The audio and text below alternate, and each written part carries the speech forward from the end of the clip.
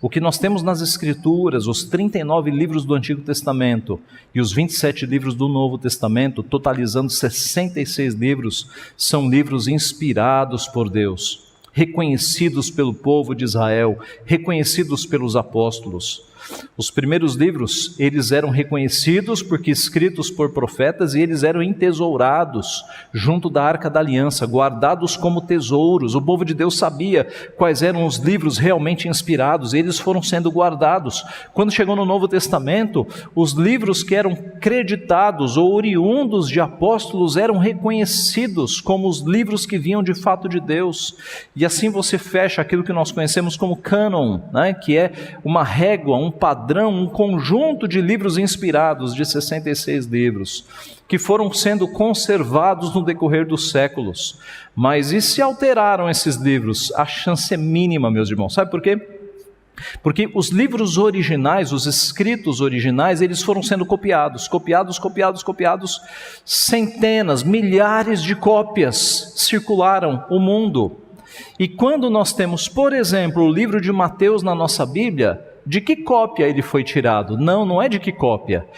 É de uma centena de cópias. Os estudiosos pegaram todas as cópias de Mateus, juntaram e chegaram nesse texto e falaram: olha, comparando todas as cópias existentes, esse é o texto de Mateus. E assim com os livros do Novo Testamento.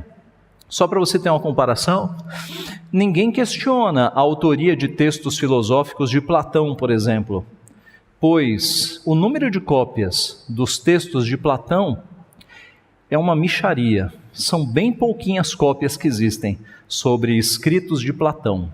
Se você compara com os escritos bíblicos, você tem centenas e centenas e centenas de cópias a mais, que do ponto de vista histórico dão muito mais credibilidade quanto a fontes do que qualquer escrito de Platão. Meus irmãos, isso é para você argumentar com quem está querendo discutir na base da racionalidade, né? Não é o caso nosso. Nós temos argumentos superiores, suprarracionais. Nós temos a fé.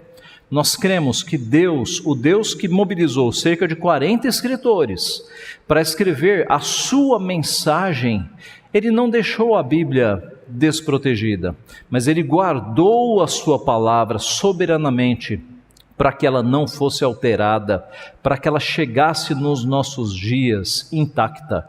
E nós temos provas disso também. Ali pela década de 60, lá em Israel, foram descobertas umas cavernas, ali perto do Mar Morto, numa região chamada Qumran. E descobriram ali vasos, né? Vasos com pergaminhos dentro dos vasos, cópias de livros sagrados. Naquela época era muito comum, né, algumas comunidades de copiadores se afastarem e morarem no deserto. E eles descobriram ali tanto os livros da Bíblia como livros de outras religiões. E eles descobriram ali, da época de Jesus Cristo, né, do primeiro século, um rolo de Isaías, do profeta Isaías. Veja, um rolo de Isaías de quase 2000 anos atrás. Eles pegaram o rolo de Isaías e compararam com um escrito ali da década de 60 da Bíblia, do exemplar de Isaías. Eles descobriram também o livro dos mortos, que era um livro da religião egípcia. Eles pegaram aquela cópia do livro dos mortos e compararam com uma cópia atual dos anos 60. Quanto ao livro dos mortos, era uma bagunça total. O texto da época de Cristo havia sido totalmente alterado. Havia coisas a mais, coisas a menos e alterações, totalmente bagunçado. No decorrer de quase 2000 anos, o texto foi perdido, quase totalmente perdido.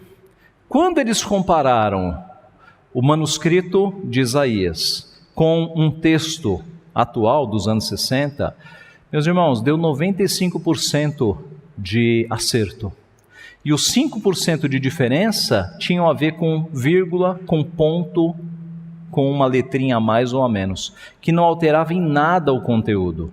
Qual é a surpresa?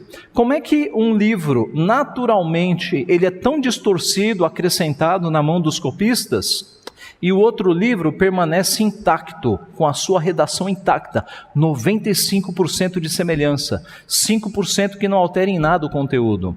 Este livro aqui de Isaías contou com a proteção de Deus, a providência de Deus durante a história, para que os copistas não alterassem, para que ele permanecesse fiel. E note, é uma cópia apenas. O livro de Isaías que nós temos na Bíblia não é fruto apenas de uma cópia, mas é de dezenas e centenas de cópias que, comparadas, chegam ao texto que nós temos na nossa Bíblia.